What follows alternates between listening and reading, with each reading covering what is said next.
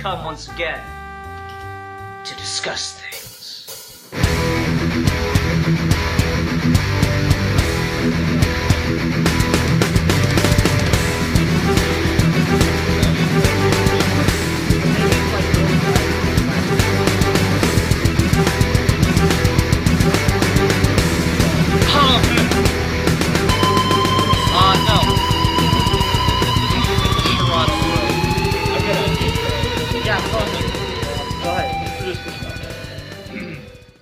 Hi, I'm Deadpoolzilla. You may remember me from such geeky gentleman videos as the RoboCop review and the Planet of the Apes review. Today, I'm here with Sid Part 2. Hello! And this other guy, Bill Worster. What's going on, my peeps? And today we're going to talk about a very special movie, well, movies I should say, that have a very interesting backstory behind them. Today we're reviewing Doctor Who and the Daleks and its sequel, The Dalek Invasion of 2160. 2150, fuck you. Dalek Invasion Earth 2150. Yeah, it's just... The sequel, Part 2, Redux. Yeah, it just rolls off your tongue, doesn't it? I thought, I had the same thing, I was like, what the fuck is the sequel called? And I'm like, it's Daleks with an apostrophe after Daleks, Invasion Earth 2150 AD. And I'm like... It's a very classic sci-fi name, though, to be fair. I mean, creature from the bottom of the earth, land... You know, there's all these, like, creature from 20,000 fathoms. There's all these old sci-fi things. Well, we're going to find these movies. Journey around the world in 80 days. Like, they're really... Journey to the center of the earth. There's just a lot of really long titles in classic sci-fi. But at least they grammatically make sense. Yeah. Daleks Invasion Earth. Not of Earth. Yeah. 2150 well, AD. The other thing is that this series, these two movies, have a very interesting history behind them. I'm sure. So let's talk about the history of this movie before it was even made. Now, the thing is with Doctor Who is that Doctor Who in the William Hartnell years was not very popular in America, obvious reasons. But the one thing that was popular, even in Britain, more so than the Doctor himself, was the Daleks. And remember, the Daleks were not characters that Sidney Newman, the showrunner at the time, did not really care for because it kind of went against the whole story that he didn't want to tell. He didn't want to do sci-fi monsters and stuff. But the Daleks became so popular. No bug-eyed monsters. But the thing is, with the Daleks, it was kind of like with Super Sentai. It's kind of like Power Rangers here in America, where they became so popular where we wanted to see more of them in America, not with just them, just those characters, and not the actors behind them, or any of the supporting actors behind them. And what happened was, Terry Nation, who still owned the rights to the Daleks, took these and went to America to be like, hey, let's make some movies, because he wanted to franchise the Daleks. Well, the thing is that Terry Nation still owns the rights to the Daleks to this day, even though he's passed on. And the thing is that they have to keep using... You're probably wondering, well, the thing is with the Daleks is that why you see the Daleks so much in every season in Doctor Who is because they have to keep... That's how the BBC is able to keep their rights. The moment they don't even use them for one episode. If they don't use the Daleks at least once a season, they lose the rights and nobody gets the Daleks. Because the BBC does not own the rights officially to the Daleks. So wait, do the Daleks go into public domain, or do they go to the estate of Terry Nation? The estate, I guarantee it.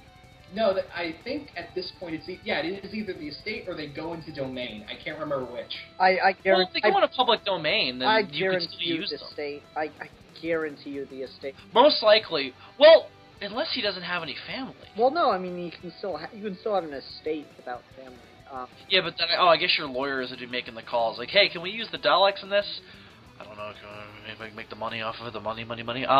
Yeah, I mean, no, but like, it's a weird thing. What's so weird about these movies is, all right, yeah, he has the rights to the Daleks. How does he have the rights to the word TARDIS and the title Doctor Who? Well, because they're slightly different. Well, I don't really know how to explain that, but however, what I do know is that he had the major rights to the Daleks, and yes, they had to change things, but as long as it wasn't really, he was a Time Lord, I believe, because again, I'm going on because I can't remember. I obviously don't know a lot about rights and what can they use, what can't they use, and what likenesses. But they couldn't. Yeah. Because that's confusing. Even back, it was even more confusing back then in the '60s. Because then it was a little more, shaky. Had they even introduced the name of his race at this point? Because I know this is 65 and 66. Had they even dropped the word Time Lord yet? I don't think so, because it's like, isn't Peter Cushing human in this? Yes, but here's the thing. No, but I'm saying in Doctor Who the show, had they identified him as a Time Lord? No, at the time they had just said he was an alien. That's it. Right. They hadn't said he was a Time Lord, so that wasn't even until Pertwee, not Pertwee, Troughton. Right? Yeah. Because they had the War Games. Yeah. Yeah, it was Patrick Troughton that kind of established what species this was and what kind of extension that was. Not even before War Games, but that's like when we first found out the whole Time Lord thing with Troughton. Right. But with Hartnell, it was a lot of mystery and mystique. That's kind of what Sidney Newman wanted. Right. And I assume the idea with these movies was, let's not overcomplicate this very simple plot we're going to do with the idea of our main character. The really interesting thing that I found is the first movie, and I haven't watched the second appearance of the Daleks, but the first movie is beat for beat. Yeah, it's beat for beat a remake, a movie of the Daleks. Yes, of the William Hartnell story. And there's some slight changes. One guy lives that died in the Hartnell story. Spoilers. It's paced a little bit better because it doesn't have to be as drawn out, and the production values are higher. But it is and Susan's quite a bit younger, and Barbara is also the Doctor's granddaughter. But otherwise, it's beat for beat the same damn story. Exactly, and also... Do they even have those aliens in it? Those fucking drag queen-looking aliens? Yeah, they look more human, but yeah. Yeah, the Thals. And the other thing is that the sequel is a beat-for-beat remake, not beat-for-beat, but pretty much like a 95% remake of the Dalek invasion of Earth, which is the final story for Susan when she left. Yeah, I was wondering about that. I have not seen that episode yet, but I figured after watching the first movie, I'm like, it's probably a beat-for-beat remake of the other Hartnell story that had the Daleks in it. It's just really weird to have seen it again after, like, I went out and got the beginning DVD that has the first three stories with the first Doctor, and it's just really weird to see the exact same story again, just with higher production values. Yeah, and let me just say this: I didn't do a lot. I meant to, because this is the reason I fucking picked these movies, but I didn't get the chance to do it. I wanted to dig deep into the research with these two movies, because this is the shit I'm into. Weird, copyright-ridden stuff like this. Yeah. These are definitely an anomaly among Doctor Who fans, I'll say that. It's fascinating. It's equally as fascinating as stuff like the first American James Bond serial, as the 60s Casino Royale comedy, Never Say Never Again. It's really fascinating. And I'm assuming that Terry Nation's, and I just thought of this now, that Terry Nation's ability to use the word Doctor Who and or the name and the word TARDIS and what it means, for the same reason that Kevin McClory and Irvin Kershner were able to use James Bond and all his normal stuff in Never Say Never Again, which was the 80s remake of this, and Never Say Never Again is really the best point of comparison to this that I have. Never Say Never Again was the 80s remake of Thunderball that was made by Sony out of continuity with the main Bond franchise, with a very old Sean Connery, and it's a fucking piece of shit. And this is drastically better than that is to Thunderball. Yeah. And the thing is, I don't know the exact forbidden legal terms for all of this, so someone could easily correct me in the comments below, but from what I know, that's the story behind it. Right. I mean, it's really weird that it stands out that much, because I'm like, if you're gonna just retell the story, just fucking get the guys back and do it all over again. I mean, with the higher production values, because you're not changing that. It's like, I could see it if they took the same general story and they radically changed it, like, big time. But, dude, it is the exact same script.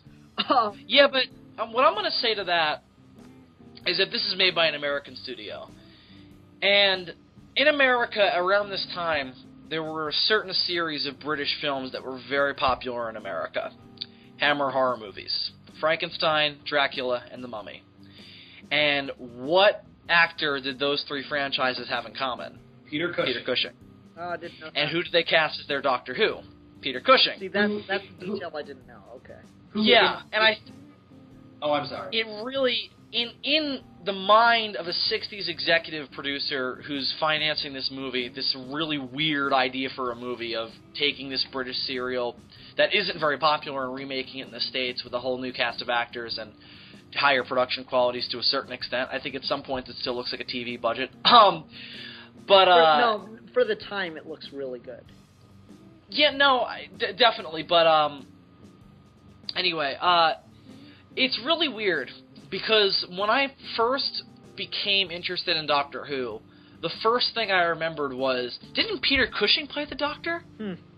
Because I'm a big fan of Hammer horror. I love his Frankenstein series. That is my Frankenstein. His performance as Victor Frankenstein is, to me, the definitive version. Same here, man. Same here. And when I heard that he played the Doctor, I was like, I gotta fucking see this. And then I did some digging, and I was like, the fuck? It's really weird. And then, like, the other thing that I did a little bit of my own research. My research, I mean, I YouTube searched Peter Cushing Doctor theories. And there are a couple fan theories out there about how Peter Cushing fits in with actual continuity. No. They don't work at all, but the one that, like, was kind of fun for a while until it got really bad toward the end, and by bad I mean the guy's justification for it was, well, these Daleks have claws, the other ones have plungers, but, like, it started out really strong. It's like, no, actually, Peter Cushing's Doctor is an older version of the Meta-Crisis Doctor that was left in the parallel universe. Like, okay, maybe I can see where you're going. It's like, well, you see, he lost memories of his older selves because of his human brain. Interesting. But he didn't recognize Daleks because they had claws, so he thought it was a different species. Okay, no, that's Yeah, but where that falls apart is twofold. One, this is the 60s, but two, it's still on Skaro. Oh, wait a minute, it's a different universe, right? No, well, I'm assuming that in the lexicon of Doctor Who, this would be a different universe, and I want to see a crossover. I want to see the three Doctor Whos. I want Peter Cushing, you can't. William Hartnell, and fucking that guy from King Kong Escapes. That's what I want. What? I'm going to make this movie one day. Oh, Doctor Who, okay. In King Kong Escapes, the villain's name is Doctor Who, and he dresses just like Hartnell. Oh. And it came out the same year as Daleks Invasion Earth AD. So apparently a really unpopular British TV show was really popular to rip off. I don't know why. It makes no sense. Can we talk about Cushing? Yeah, I actually wanted to, I was about to bring that up. So when I hear Peter Cushing playing the Doctor, or Peter Cushing playing Doctor Who more vaguely, this is not what I had in mind. Like, you watch him as Frankenstein, and him as the Doctor is a no-brainer. Like, you watch him as Frankenstein and you go, he's doing Eccleston and he's doing John Pertwee. Those are the Doctors you would compare him to. Darker for sure, but really, really possible to see him in that light. Such a no-brainer. Yeah, and a very takes charge kind of Doctor. Oh, God, he would be amazing. And when I heard that, I was like... It's kind of funny, Bill, because if memory serves right, and this was kind of rumored around, but Cushing was offered to play the Fourth Doctor instead of Tom Baker. I didn't know that, but that would be fucking awesome. But we get, instead of a take charge, dark, really intimidating Doctor, is, "Oh, Susan, you are so adorable. Oh, look at you." Is a cliched old senile British dude. Well, I don't think he's cliched. I think that, not having that perspective of Victor Frankenstein, I liked Cushing's portrayal. I thought one of the really clever bits that, separates this from the Daleks Hartnell story is the very first time we see the Doctor, Susan and Barbara are reading, like, these really learned scientific journals, and he's reading a fucking comic strip, and he's all, like, exciting. Oh, it was great. Yeah, I mean, that's like immediately establishes He's that. Yeah, kind of like Cushing is kind of like a very old Matt Smith Doctor. A little bit. And, like, I like that. I was like, oh, wow, that's actually pretty good. And I ended up really liking what we got of Cushing. Admittedly, if I had the Victor Frankenstein approach in my mind, I would have had a very different opinion. But, like, from what I saw as someone that didn't have any expectations of him going into it, because, like, I knew he wasn't going to be, you know, the admiral that was, you know, had Darth Vader under his thumb. I knew that's not what we were going to get, so I was really pleasantly surprised with what we did get. And I liked seeing him play, like, you know, this kind of kind old guy. Yeah, really interesting thing is that, you know, it's so fucked up. You know why he played him that way? Why? Because of Victor Frankenstein. Because he remembered kids coming up to him and saying, oh my god, my mother says she would never want to meet you in a dark alley. Even though he was never a monster per se, his portrayal of Victor Frankenstein as this fucking horrible bastard, and his portrayals of characters in monster movies led to him being seen as almost a Bela Lugosi type. He was this creepy character, and nobody wanted and he wasn't a well-loved icon. So when he got the chance to play Doctor Who, he was like, all right, this is my chance to play this icon for children, this lovable old man. And when I read that kind of put it in a different light where, you know, his performance is actually pretty good. It's very... He seems to be taking bits of Hartnell's performance. Which is all that was around at the time, because Hartnell walked in 66, right? Yeah. 65, And you have to and also have to see that Hartnell himself, as the Doctor, got a little more jovial, a little more fun in the later seasons. Yeah. Yes, and one thing I really liked about Cushing's performance in this, especially in the first movie, is when he wants to get intimidating, he's really good at it. Like, one of my favorite moments is in the first movie, when the Thals are refusing to fight the Daleks. It was a little weird to see the Doctor encourage people to fight. It was. I was like, it was bizarre, but again, it's early Doctor Who, so you gotta, you know, it's a little sketchy, but I liked that scene because you saw that maybe this senile thing might have been an act at some point. Yeah. You know what I mean? Because it's like he might be using it as an advantage. I mean, certainly not in the beginning forgetting Ian's name. That's just senile. I hate when people forget my name. Right? But yeah, that aspect of his performance I enjoyed. They call He's me playing an intern all over again. I'm like, can't you just call me by my name? Okay, sorry. Stupid Thor 2 joke. Stupid Thor. It was also interesting to see him play older, because he was early 50s at this point. Which, I mean, it's not young, but it's definitely that he's playing older than he actually is. Yeah. By playing this frail old man who can barely walk. I mean, he's clearly putting on an act with that little waddle he does. Which is really funny when he runs. But again, it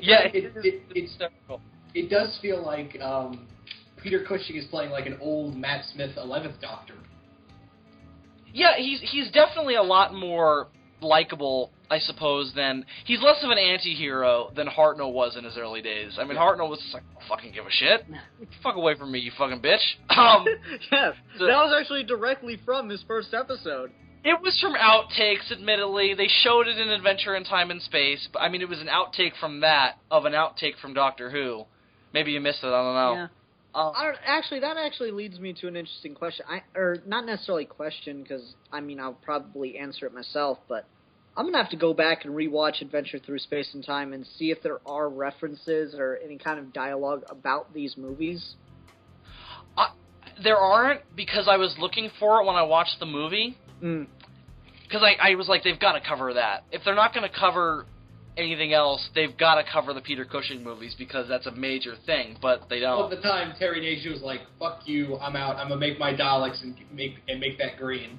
Well, no, I just thought it would be interesting if they brought it up at all, because, like, with so much of that movie revolving around William Hartnell's character, or the character of William Hartnell, not wanting to leave the show because he doesn't think anyone else can do it, that would have been an interesting place to look. Definitely. Yeah. I really wish they would have gone there. But another thing that was really weird, because I haven't seen these two Doctor Who stories, so I didn't have the whole thing of I've seen them, so I'm comparing them. I was just more comparing it to being a fan overall. They really fuck up the TARDIS real bad in these movies. Yeah. I mean, okay, first things first, I don't mind that the TARDIS doesn't think. I don't know. I don't believe that was a major aspect of Doctor Who at this point anyway. That wasn't a thing until, like, they didn't make they hinted at it in Troughton's, but they didn't make it, like, a possible thing until, like, Pertwee and then on with Baker and Davison. Right. So I didn't mind about that. I was like, alright, it's early Doctor Who. This is an American movie. I don't care. Why do you make the windows not tinted? What the fuck is wrong with you? It is really weird since you can, like, totally see inside the white box part. What are you, stupid or something? There's a reason they fucking did it in the show. It's so stupid. Really, you can't even see inside the windows of a real police box. It really does break the illusion, doesn't it? It does. It ruins it. And aside from that, the TARDIS looks horrible on the inside. It looks like something I could make in my garage. It looks like which, you know, seriously, I've seen fan films of inside TARDIS designs that look better than that. Oh, yeah, I saw it. Sorry to bring this up right in the middle of the video. Dimplezo, have you seen The Forgotten Doctor at all? Yeah, I've seen it. Okay. Have you? There's also a fan film fan series I think you guys might really like, which is a remake of a lost Troughton story called Power of the Daleks. Go check it out. It's really cool. Okay, but anyway, back to the movie. Sorry. But yeah, the TARDIS really bugged the shit out of me because it's a good thing it's not in it that much, right? Yeah, they really once it gets them there, and that's it, because it looks horrible. And they don't even call it time and relative. If I remember right, they don't even call it time and relative.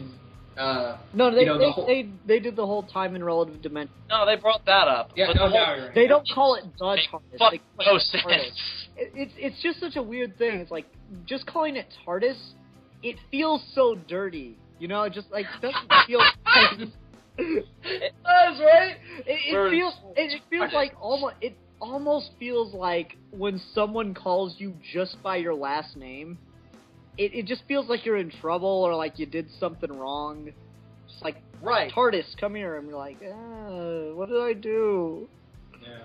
What are you going to do to me? It actually kind of reminds me because, I don't know if this is still up or not, but I once saw this, when the 50th anniversary was happening, a fan edit of Matt Smith telling Clara that he's the one he's the one who broke the promise and all that. The thing turns around, it's a fan edit of Peter Cushing, Doctor. Oh, that would have been amazing. It's too bad he's dead. Yeah. He died in 94. Whoa, shit. He died the year I was born. It's your fault he died, Bill. I'm sorry, Ian. I didn't need to. Ian, or Dill is the reincarnation of Peter Cushing. I'm down with that. Let's go with that explanation. Fuck the other one. I'm down with that. When as an unfinished film, I never finished because that's what I just called it.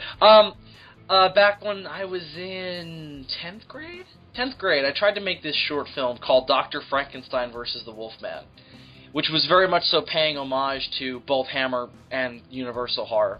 And the whole premise was that an ancestor of the Wolfman is trying to resurrect him, so he calls up one of his buddies who's an ancestor of Dr. Frankenstein, and they want to Such a brilliant plot, Bill. Right? 10th grade Bill had some good writing skills. When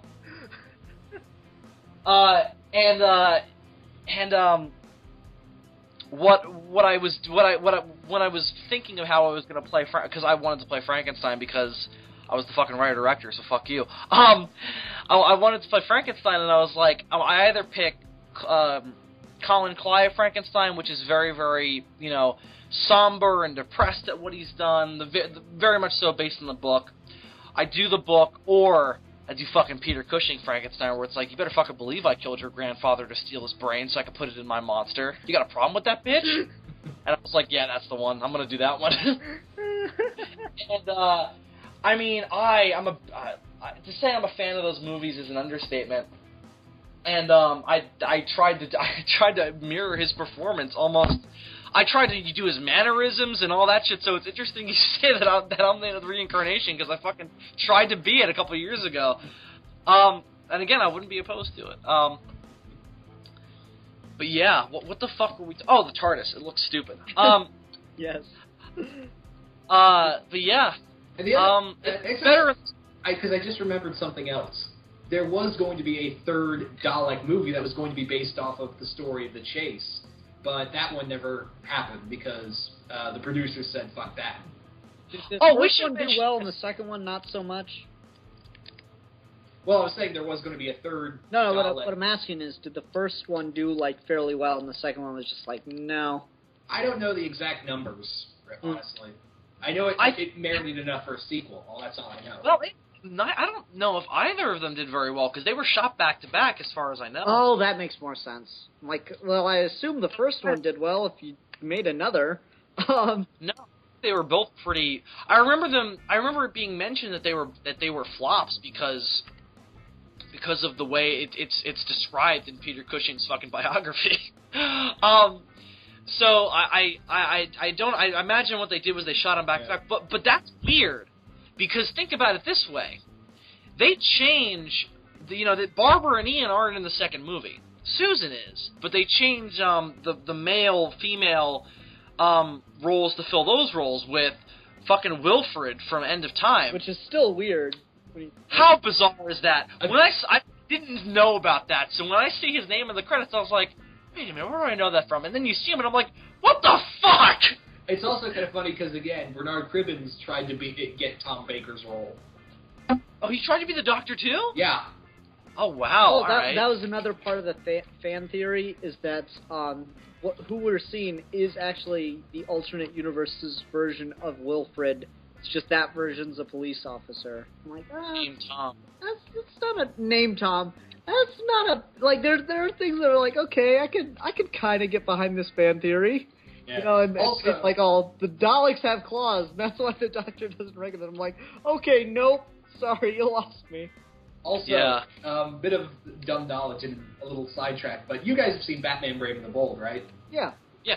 There's an episode called Dawn of the Dead Man, and there's a scene in there where they go to, there's just an offhand scene where it pans to a fortune teller, and she's trying to summon the ghost of Thomas Baker for his nephew, Colin Baker. Oh, that's awesome. That is so awesome. Oh, all right, if we're just talking trivia at this point, if you don't mind. So, in Chucky's room, or maybe it's an episode of Rugrats where they're in a toy store, but there's a there's a shot of a Dalek, yeah. Yeah, there's a shot of Chucky, and he's got a Dalek doll behind him. Yeah. There's a bunch of Doctor Who references in The Simpsons as well. Yeah, there's also... One in the same scene as a Godzilla reference. Exactly. There's a couple Doctor Who references throughout Rugrats, so I'm told, but I can't find them all. They're like hidden Mickeys. Yeah. All right. Anyway, back to Peter Cushing. All right. So the thing you guys talked about the things that you most want to talk about. Now it's time for me to talk about the thing I most want to talk about. You gotta admit the Daleks are fucking intimidating as shit in the first movie, especially when you see their goddamn futuristic lava lamps. I disagree. I thought they were laughable. Me too. I just thought that was like the most ridiculous. Like, they're not significantly different than they are in the first one. They were creepy for the time, I imagine, but they just have these fucking lava lamps sitting there, and it's so distracting. Do you like our groovy lava lamps, Susan? No. It's like fear us and our advanced technology. For example, our lamps made of lava. But my cousin Jerry brought them over. It colors the feng shui. This fucking reminds me of our stoner Dalek conversation. Yeah, and his cousin, the sexually I am repressed fucked up, Joe. Yeah. Bring that sweet shit over here. And Smoke it next to the Oh, by the way, happy 420, everybody. It's 420 right now. So yeah, the stoner Dalek gets some FaceTime. I laughed my ass off. I was like, oh my god, you put a fucking lava lamp there. Or like, the worst set designer ever. They just fucking went out to a goddamn store. It was like, oh, these look fucking freaky. Well, put them in the goddamn scene. It looks like they raided Cheech and Chong's van, and that's Scarro. Well, the thing is that you got to give some credit because at the same time, Doctor Who in itself didn't have a big budget. The TV show. Yeah, but I'm just saying, it's like they Doctor Who. Just lava lamps, though. Yeah, to the best of my knowledge, What did they? all of the classic Doctor Who I've watched, I've never seen a fucking lava lamp. Well, they've used plastic wrap in Tomb of the Cybermen. They've used tinfoil in also. Yeah, but they fucking explain that. There's no explanation for the Daleks' lava lamps. I'm just saying, you gotta have some suspension of disbelief now. Oh, well, I can't believe we haven't discussed this. What the fuck's going on with the Cybermen ripoffs in fucking the second movie? Oh, you mean the rubber soldiers or whatever they are? No. Cybermen! Dude, no. Those were supposed to be the mind-controlled people we saw in the... If you've seen that other episode of the Dalek invasion of Earth, it would have made more sense, because some Daleks mind-controlled humans into working for them. That's who they were supposed to be. They just reminded me of the pig slaves that pissed everybody off in New Who Series 2 Well, or 3. that's the thing, is because Daleks sometimes have new servants. Sometimes it's humans, sometimes it's pig humans, and other times, like in their return in Day of the Daleks, it was these things called the Ogrons. Because the Daleks sometimes have their own servants now and again. Oh, they also mentioned one in Carnival of Monsters. I don't remember what it was. Yeah. I don't know. Yeah. The Daleks are apparently very kinky, because those guys are totally wearing S&M gear. Right? Well, here's... You guys might know more than me. Had they introduced the Cybermen at this point? Yeah, because I know that there's a Hartnell because... story, at least, with the Cybermen. Yeah, that Hartnell story with the Cybermen was his final story. Oh, interesting. So no, they hadn't been... Wait, when did this movie come out, though? But hang on, I'm gonna look this up quick, because Hartnell's final year was 66. Yeah, this movie came out in 60... Yeah, it also came out the same 66. year. Yeah, same. So let's see. Let's see if they shot the movie and we're like, oh, hello, hold on. What are those things in the show? Those are Cybermen. Oh, I say, we should put those in our picture. I don't know why I did a really shitty British accent, but don't worry about it. Yeah. Just keep going. But yeah, you guys want to move on to the Daleks themselves, or? Yeah, I thought they're not bad. Like, but you said they were laughable. Honestly, I don't see any real difference between them and the ones that were in the very first Dalek episode. So. This is the first time you see the Daleks in color. Yeah. Yeah.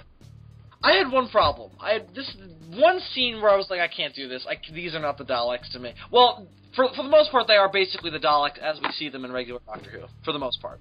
There's one scene where I was like, are you fucking kidding me? And if this is in the serial, it's a problem there, too. They are tricking the Dalek into their cell. And they start tossing it around.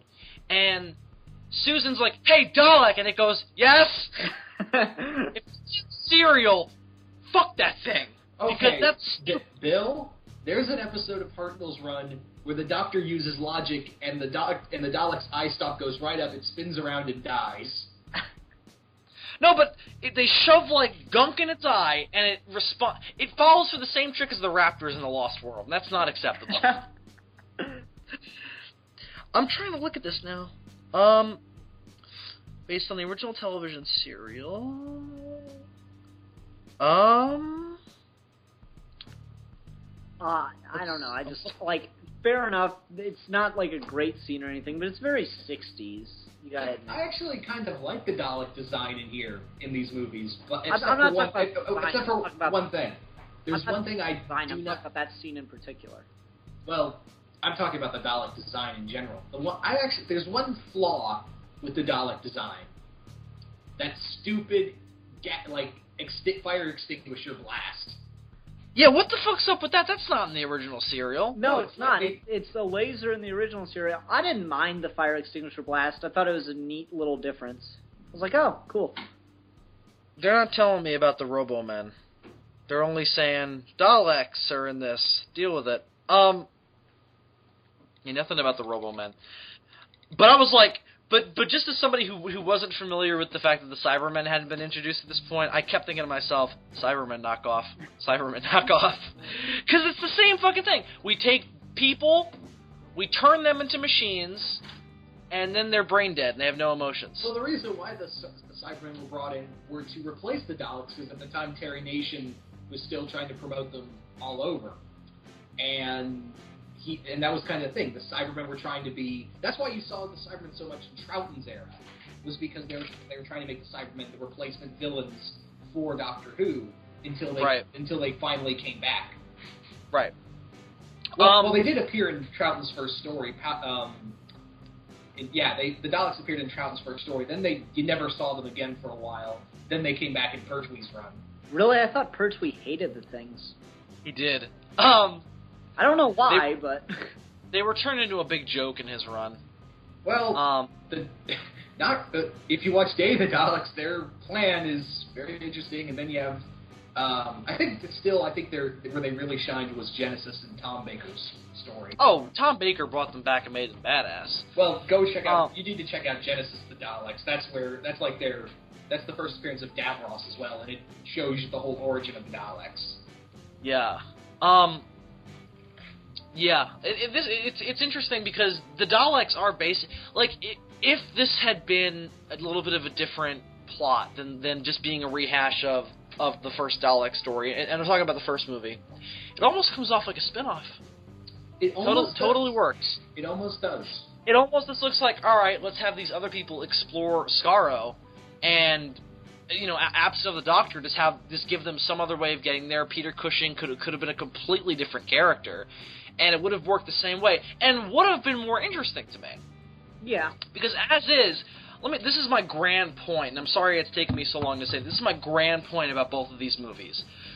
They either should have been a lot worse, or a lot better. And here's what I mean by that. They're very generic 60s sci-fi. Yeah. And what... Go ahead. And let me finish. I wish they were a lot worse so I could make fun of them. And also, it would be so much how much easier would this review have been to come on here and be like, oh, this is such a shitty adaptation of Doctor Who, and it's really laughable at how bad it is, and the acting is terrible, and the Daleks are hilariously inaccurate to their originals. But it's not. It's not a bad adaptation, just with some really bizarre choices in what they could and couldn't do with the rights that they had. And for being a 60s sci-fi movie, it's pretty much as good as they were in terms of the average ones.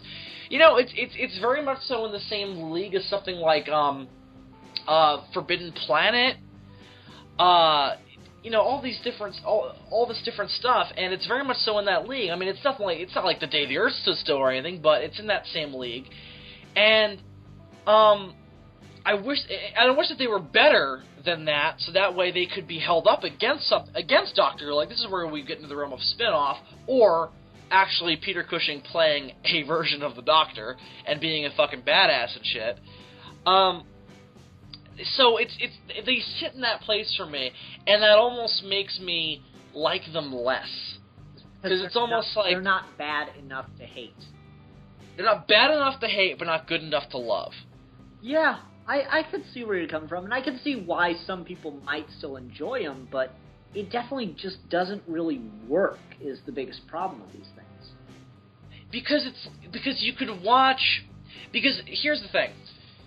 By making Doctor Who, in this case, just an average scientist, and Peter Cushing's performance makes him very likable. He's not just random science. He's not just unlikable generic scientist. He is likable.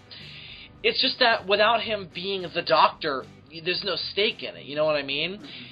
When you watch Doctor Who, and you see the Doctor on Skaro and interact with the Daleks for the first time, it's very much so you have a stake in it because you've already been introduced to this character and this world, and you're watching this character grow. You don't have that in this, so it doesn't have that same hook. And these very much so feel like episodes of a Peter Cushing Doctor Who TV show, because they don't really explain why he builds the TARDIS or anything. It's like, oh, that was covered in a previous episode. It's just kind of a one-and-done adventure each time. Yeah. Oh, the one that, cracked me the hell up was the ending of the first one, where they used that really awful shot of the fucking Romans marching. Yeah, and they're like they're above the TARDIS too, which is weird. Like the worst possible shot you could have picked. Yeah, this film was not the best shot at some points. Well, no, I mean, just like, it's clearly it's clearly stock footage. You could have picked any shot you ever wanted, and they chose that. Why not use the dinosaur? Wouldn't the dinosaur have made more sense? Yeah, it would have looked worse, too. Well, no, it would have... Well, okay, you're right. The stop-motion dinosaur wouldn't have looked amazing, but at least you could have, like, done a nice little shot of the dinosaur roaring into the door of the TARDIS. And that could have used that for something. And the problem with the shot as is, and this is nitpicking to be fair, but it's a funny nitpick, is Ian opens the door, and the Romans are running above him. Mm-hmm. Which doesn't make any sense. Well, maybe they just went to a time and space where there are giant Romans. I guess so. Either that, or the TARDIS is underground and tilting up, or sideways. It's a weird angle. I also don't quite get how the TARDIS is supposed to work in this movie. So it's got fluid that it runs on. Well, no, that line. The whole this piece just needs to be refilled with mercury. That is from the very first episode. I was about to say, Ian, because it almost sounded like he's like, oh, it runs on Mirakuru. I'm like, oh my god, it's steroid TARDIS. Steroid TARDIS. Hey, Doctor, what's going on? Because the TARDIS talks like that now. The TARDIS only has one eye, and it's really pissed off at Doctor for, like, no real reason. It's gigantic, it's almost a penis. And then the TARDIS is all like, don't forget who taught you how to fight, Doctor. The TARDIS is bashing its head into walls for no reason. What was I going to say? Oh!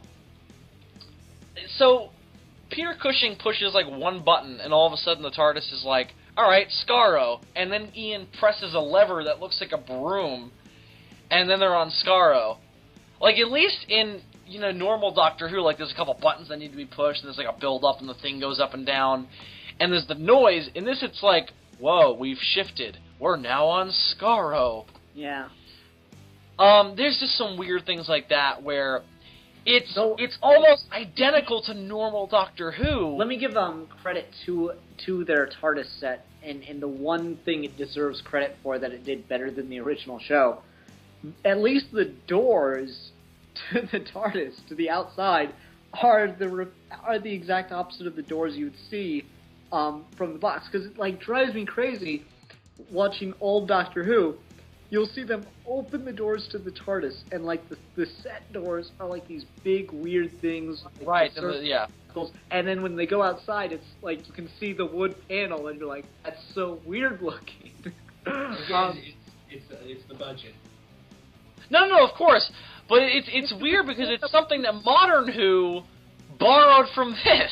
Yeah, it's just like, no, it's such a weird... Or no, when did they start doing that? Yeah, modern Who, because even in the 90s movie they had the doors being interior. No, it's just such a weird thing. Like, you'd think it would be more expensive to build doors like they have in the first few series than it is to just, like, just get some fucking wood doors and make them look like the police box doors. Cannot be that difficult. It is unusual.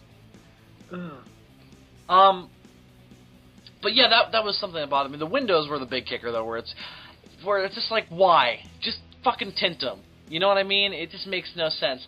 More than that, the police box is fucking enormous in this movie. Well, I mean, it's always varied in size. I mean, I'm pretty sure Matt Smith's police box is bigger than David Tennant's.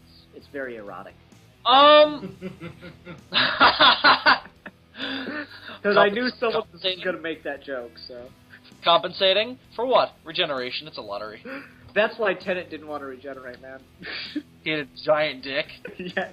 It kind of spoils us why I don't want to go up the giant, like, horse-sized thing going down. How? Okay, Bill, I gotta ask. How does your almost like 95% of your conversations relate to that? It's true. Like, Bill gets into, like, Liam Neeson's dick, and... Because it's fascinating to me. Everyone, make sure to message Bill about his fascination about penises. No, I think the thing is that mine is not that way. So I fucking am fascinated by the concept of ginormous dicks. Everyone send Bill pictures of ginormous dicks. No, I don't want to see them up close, because that's too much. I like the cartoonish visual in my head of just like an unrealistically large penis. Let's get off this conversation, because clearly we're making Deadpoolzilla. No, what we're staying on right now. I mean, I'm down for it, but Deadpoolzilla sounds like he's sweating. I'm not. He sounds like he's sweating. You just hear the drips. Yeah. Where the fuck were we? The second, I'm assuming this is in the episode too. The second movie, and let me just say this: I think the first movie is a lot more entertaining than the second. I'm actually of the opposite opinion. Maybe it's because I saw the other one's story beforehand, though. Maybe that's why. I just think the first movie is more well made. The characters are more likable, and the plot isn't like. The problem is there's so many characters in the second movie. Yeah, that I agree with that. That is the problem with the second one. There's so many people in that. And a lot of them die. So it's like, all right, who's alive and who's dead? Show up and are not relevant for very long. Like, is Denim Jacket Dude still alive? All right, he's still alive. What about Wheelchair Dude? Wheelchair Dude dead. There are way too many costume changes to keep the people straight. Right. I lost track of Bernard Cribbins several times. I was like, where is he and what the fuck is he doing? And why is he so cool with the thing that's going on? He meandered into their police box. And now he's saving the 22nd century from Daleks. You know, man, sometimes you just gotta go with it, Bill. I guess so. Why don't the Daleks know who Doctor Who is? It's weird that they don't mention it, isn't it? Well, the thing is, again, different Doctor, and at the same time, the Daleks didn't know who the Doctor was when Hartnell first met them. Oh, is that true? Right. Yeah. No, I'm talking about in the second story, in the second movie. Oh. Yeah, I don't even think they explain it. The second time they showed up? Wait, are we talking about Hartnell or Cushing? I'm talking about. I want to know about the comparison. In Hartnell's story, when the Daleks show up on Earth, do they recognize the Doctor after his first encounter with them on Skaro? They're like, "Oh yeah, we know you." Okay, yeah. So it's weird that they don't know who Cushing is. Yeah, because they should, because he was involved in what seemingly was the destruction of their race. Mm-hmm. So I don't understand. He recognizes them, which is the other weird part. It would have been weird if they didn't do this, but like, since he knows that they're Daleks and stuff, it's weird that like they don't, acknowledge him. And it is that motherfucker who destroyed our planet. Yeah, it's just a weird little inconsistency. Yeah, though the shot of the Dalek coming up through the water is fucking epic. That is pretty cool. It's very Jaws-ish. I wish it was done at a different angle. Yeah. Because you see the Dalek coming to... I think clearly... It looks to me like they were planning for the shot to be tighter than it was. It looks like they got a wide by accident. Because it looks like you're not supposed to see the Dalek... Because you see it coming from like a mile away before anybody fucking addresses it. Well, I think you're supposed to see it but not realize what it is yet. Yeah, but you clearly know what it is. His name is in the title. And I think that it would have been more dramatic if it would have been a tighter shot. It just looks a little weird. And you can tell that there isn't a person in there at that point. It's just a fucking trash can on a wire that somebody's pulling. I think that the shot just should have been tighter to avoid that. But it is weird. It makes it less interesting to me. Because, one of the big things that always makes it fun to see the Doctor encounter the Daleks in normal Doctor Who is their history together. So now that Cushing's Doctor has that, it's disappointing that it's not used. Mm-hmm.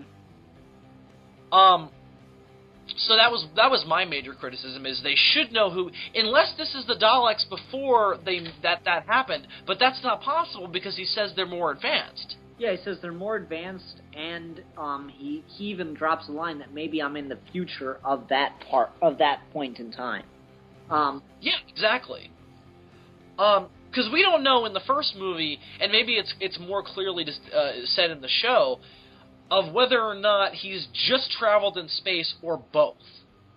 Yeah. Yeah. And that's not something they distinguish in the episode from what I remember. Yeah. Well, so time that travel, was dude, the more we think about it, because time travel just melts your brain. I love thinking about it though. It's so much fun to me. That's one of the things I love about Doctor Who is thinking, oh, where does this fit? Oh, where does this fit? I mean, that's one of the things that makes Blink so awesome.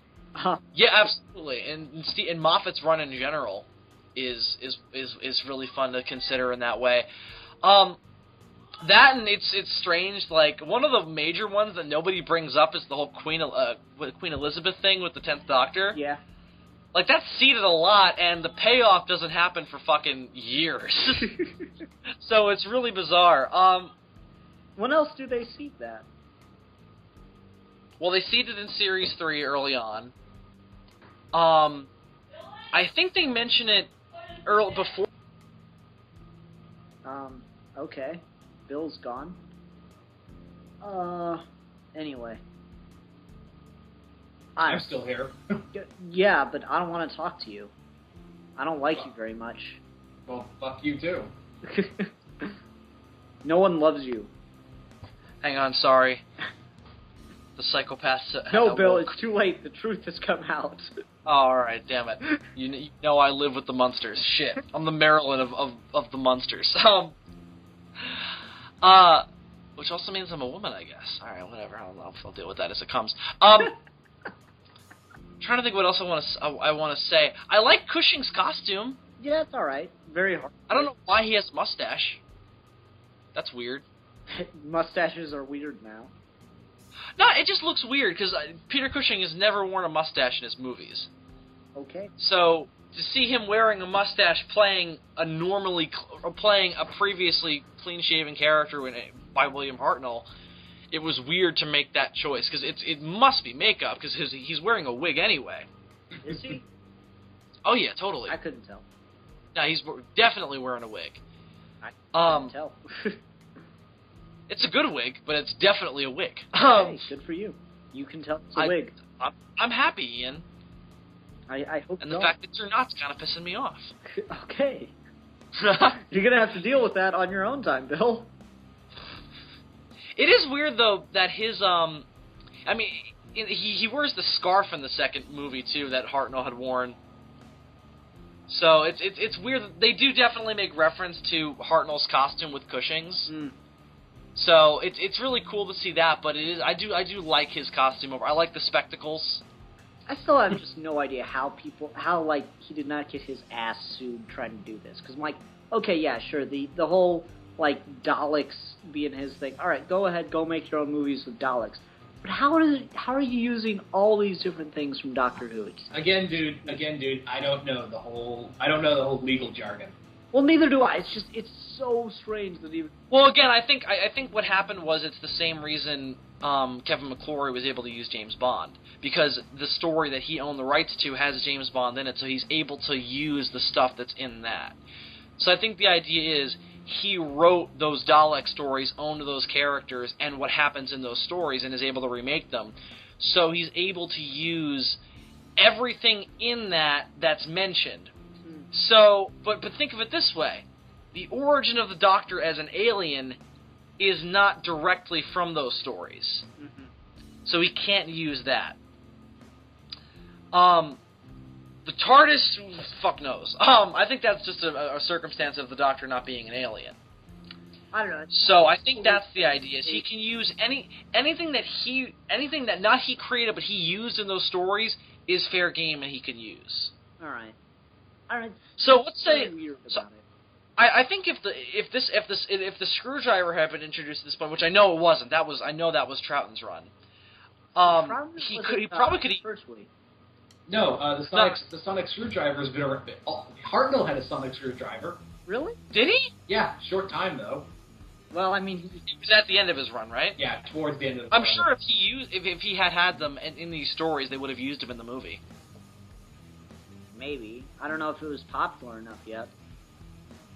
No, I mean, it didn't exist, but I'm saying if Terry Nation had used the screwdriver in his stories, he probably would have used him in the movies, because, again, I think the thing is that he can use anything he used in the stories, regardless of whether or not he created it. Yeah. The first 4 Doctors all used sonic screwdrivers. It wasn't until Davison that they got rid of it, and then they brought it back in the audio dramas with McCoy, and then McGann had one. Then they officially brought it back in TV with the new series. Yeah. Right. And They made it got badass. ridiculously powerful. Yep. I read Russell T. I figured out what exactly happened with that, just for anyone that's interested. Russell T. Davies basically said, okay, the sonic screwdriver can now do anything except solve the problem that the Doctor is dealing with. I was like, oh, that's clever. I mean, it gets kind of outrageous with Smith, though. I mean, he's using it to hold up fucking walls and tune tubas. Yeah, I mean, it's definitely weird, but it's like, oh, okay. I mean, that's a pretty good limit on it. Is you can use it to do anything you want except solve the problem. I've heard rumors that Capaldi's not really going to use it that much. I'm okay with that. The other two have been I am waving it too. around like water pistols. Yeah, I imagine that's just because he's an older Doctor. I imagine he'll be a lot more like, I'm just going to stare at you until you stop being evil. Or punch you in the face, because again, I'm convinced he's going to have a very Pertwee-esque personality to his Doctor. I wouldn't mind Capaldi kicking some ass, breaking some necks. No, not breaking necks. That's too much. We don't want him to be Superman for Man of Steel. But What would happen? How would you react though if Peter the Doctor snapped fucking the Master's neck. comes up and just snaps a Cyberman's neck? Like, who else wants some? Oh no, it'd be great. Like Oil. he has this long 6-minute fight with the Master, and the Master's kind of like, if you love these companions so much, then you can more of them. Takes out his sonic laser. He's just shooting it towards Clara and the other guy. No! Stop! Master, don't do this. Never. Boom! Snaps his neck, and then he fucking cries in Clara's lap. No, he wouldn't cry. He'd be like, "You're damn right I fucking did that. Got no problems with it." I don't know why he's Irish, but he's fucking as a fucking Irish now. He's Scottish. Capaldi's Yeah, Scottish. but that's a very good accent. Alright, so now he's Sean Connery. Because Bill is a racist. He's not racist. I am the Doctor. I do know people. If you confuse them with Irish and Scottish, they will kill you. Yeah. Oh, they're very fuck you, I'm Irish, fuck you, I'm Scottish. I don't know. Capaldi is not that guy, man. He mixes and matches. Sure. He's not limited by all the personal time you spent with Peter Capaldi. He's not limited by your prejudice, Ian. Yeah. So I think we pretty much talked about everything in these movies. No, not yet. I'm not done. Far from it. I do prefer the first movie, but the end of the first one I find really boring. I'm just not into. To me, in sci-fi movies, I always find the part where I kind of lose interest the most is when they're building up to an attack. Mm. I always find it boring. I'm always just like, yeah, that's great, preparing. Let me know when the fight starts. They spend a lot less time doing that here than they did in the original. You know that part where where they're following the pipes and then they decide they have to climb the mountain? Yeah. There is no climbing the mountain in the original. They start going straight through a tunnel, and that's where a lot of stuff gets dragged out. And there are I think 2 or 3 more characters with them at that point. And it gets really dragged out there. And the only difference after that part is that the brother that falls, that they have to cut the rope, he dies. He doesn't get to the bottom. It's like, oh, can you guys help me? Blah blah blah. No, he straight up dies. How the fuck does he even survive? I don't know. It makes no sense. But I didn't like the last 20 minutes of the first movie. Just for that reason of this is all boring, and I just want to see them fight the Daleks. Now it's also it feels unnecessary all that build up because they just end up getting captured, and then they get into the complex with no problem. So yeah, that was really funny. It's just oh, the doors are wide open. Yeah, it came off to me as weird. I thought that was unusual, and I felt like it kind of. This movie is definitely stalling for time at some points. Well, where it's just imagine watching the original serial.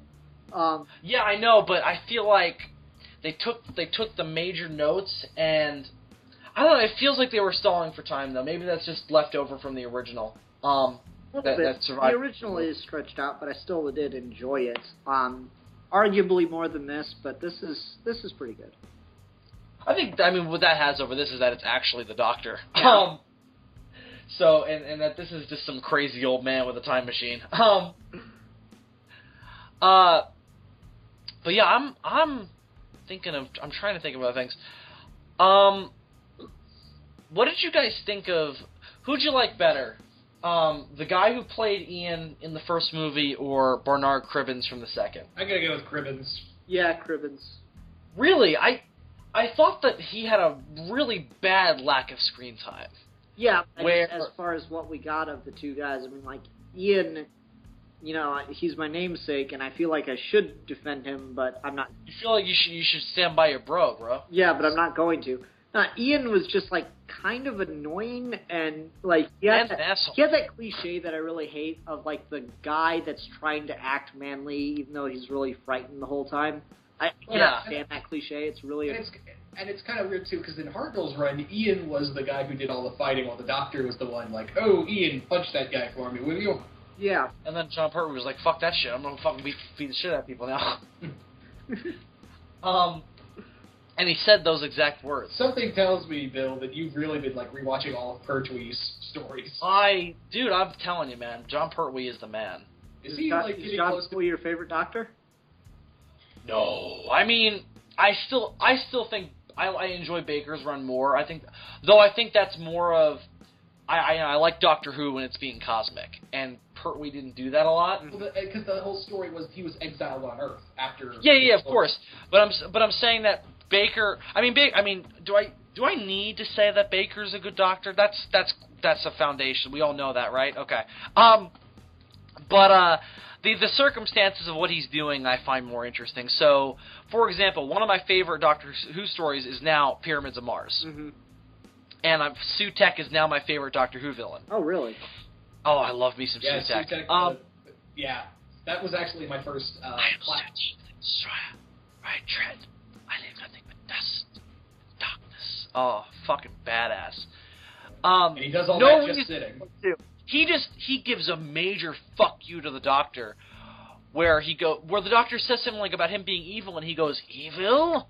What you perceive as evil, I perceive as good." And it's like that's the only motivation you need. That's it. Yeah. He's just like, this is good to me. I find darkness and death good. Yeah, it's also kind of funny because the actor who played Sutekh voiced the Great Beast in the Satan Pit. You told me about that, and it's funny because the Satan Pit is a major ripoff of Pyramids of Mars. Yeah. Higher budget and fucking ood. Yeah, but you can clearly tell that's Gabriel Wolf, the voice actor, the actor who played Sutekh. Yeah, it's obvious. I saw somebody who did a mashup of Sutekh's dialogue with the Great Beasts, and they're on the same keel. They changed something that's working. Yeah. What was I talking about now? Oh, okay. So as much as I love Tom Baker, what I just love about John Pertwee is just how well he's able to balance being a more serious Doctor, a more action hero Doctor, but also being a very silly and flamboyant Doctor. He balances that so insanely well, and he's just so much goddamn fun to watch. Yeah. He's immensely charming, and every time... Well, at the same time, he can be an asshole and get away with it. Yeah, exactly. See, Hartnell to me can't. And I do enjoy Hartnell's performance, and of course it's very important and all that good stuff, but there are points where I watch Hartnell as the Doctor and I go, I can't like this guy. He's too much of a dick. At least in the early stuff. John Pertwee, it's like John Pertwee can say something that mean, and I'm like, you know what? He's got a point. Joe fucked up. How sad. Have you guys both seen The Green Death? I have. Wait, which one's The Green Death? It's the one with it's Joe's Last Story. Yeah, Joe's Last Story and the one with the larva. Oh yeah, that one was interesting. No. Way too long. Yeah. But good. And the end is so sad. to see her get married and the Doctor just leaves. Well, she comes back In Sarah Jane Adventures, and that scene is really good between her and Eleven, where he mentions Amy and Rory, and she goes, "A married couple in the TARDIS. I left you because I got married." And he's just like, "Anyway, so let's time travel, shall we?" Yeah, he has that moment of, oh man, that's right, I left you behind. Yeah. There is that one really great Matt Smith line to Sarah Jane and Joe where he goes, "Girls, remember when we used to go traveling across the universe? Yes? Okay. Here we go again." That was great. I also loved the callback to Pertwee and Joe's run when she goes, "It's just like looking back at Metabolus 3," and I was like, yes! I like that reference. Sorry, you're a little, you've seen that stuff more recently than I have, so I'm forgetting. That was the planet that he visited at the beginning of the Green Death.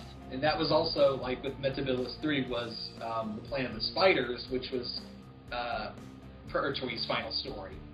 Right. It's kind of funny, I actually own the Time Warriors, the Pertwee episode with the first appearance of the Centaurans and Sarah Jane. Oh, interesting. That's where they go back to ancient Scotland, is it? Yeah, it's England. It's in England during the Crusades. Right. That's all the same shit. Yeah. They all talk funny. And Bill has managed to piss off everyone. Technically Bill. There's a beautiful scene where Pertwee is in the courtyard of a castle. He's fighting 10 guys with swords, and he's just fighting with his bare hands. Oh, that's cool.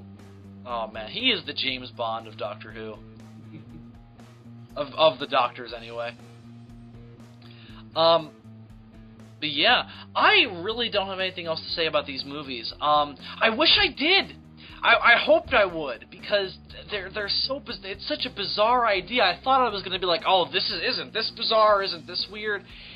And I really don't. They're fun to talk about, and I think large Doctor Who fans should watch them just for the novelty of it.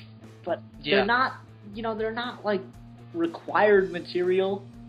It's I think every Doctor Who fan, even if you're only a fan of New Who, should watch at least some classic just to, see its roots. At least one story per Doctor. Yeah, but this is just such a weird little niche thing that it's fun to watch, but I wouldn't condemn anyone for not seeing it. Yeah, it's it's not bad enough to hate, but not good enough to love. Yeah. So it puts it in that place of indifference that something this bizarre you'd think it wouldn't be. Yeah. There are Whovians out there that really don't like this, but the ones I've hung around with, it's a fun little anomaly in Doctor Who. So me personally, I like both films. I mean, there are obviously flaws with both of them respectively, but I'm going to give this 3 Dalek extinguisher ray guns out of 5. I'm going to give it 3.5 Dalek lava lamps out of 5. God damn it, Ian, you fucking stole it. You knew I was going to bring that up. Fuck. I'm going to give it... That's actually, I got in there really quick, so I could steal it. I'm going to give it... Deadpoolzilla was going to steal it. I'm going to give it 3 fall drag queen makeup kits out of 5. I think I win with the lava lamps. Fuck, shut up. Alright, everyone. So, next week on Geeky Gentlemen. Bill, would you be interested in doing a live show? For what purpose? Next week's discussion? We'll have to work this out as to where and when. Okay, so next week we might be doing a live show, depending. But we will be doing a show, and there will be at least some visuals to it, so we might do video, even if it's not live. We will be discussing collecting comics and figures, mostly focusing on figures, though. Oh, I remember this! Alright, sorry. I forgot that we were doing this. Yeah, it's cool, it's cool. Okay, I gotcha. I guess we're gonna have to do a live show. Well, not necessarily live. Unless we just cool. Whoa, it's late and I'm tired. Or we can just record it on Google Hangout. Yeah, something like that, I imagine. But if we're gonna do a Google Hangout anyway, if it's possible, I think we're gonna do it live. Yeah, makes sense. Okay, everyone. So that should be a lot of fun, no matter which way we go with it. But anywhere you go, I'll follow you down. I don't know. It's tired. I'm losing my jokes, guys. Anyway, thank you for listening. Until next time, I'm the philosopher. I'm the fanatic! And I am your friend, mentor, and secret lover. And until next time, we're your geeky gentlemen, and we will be discussing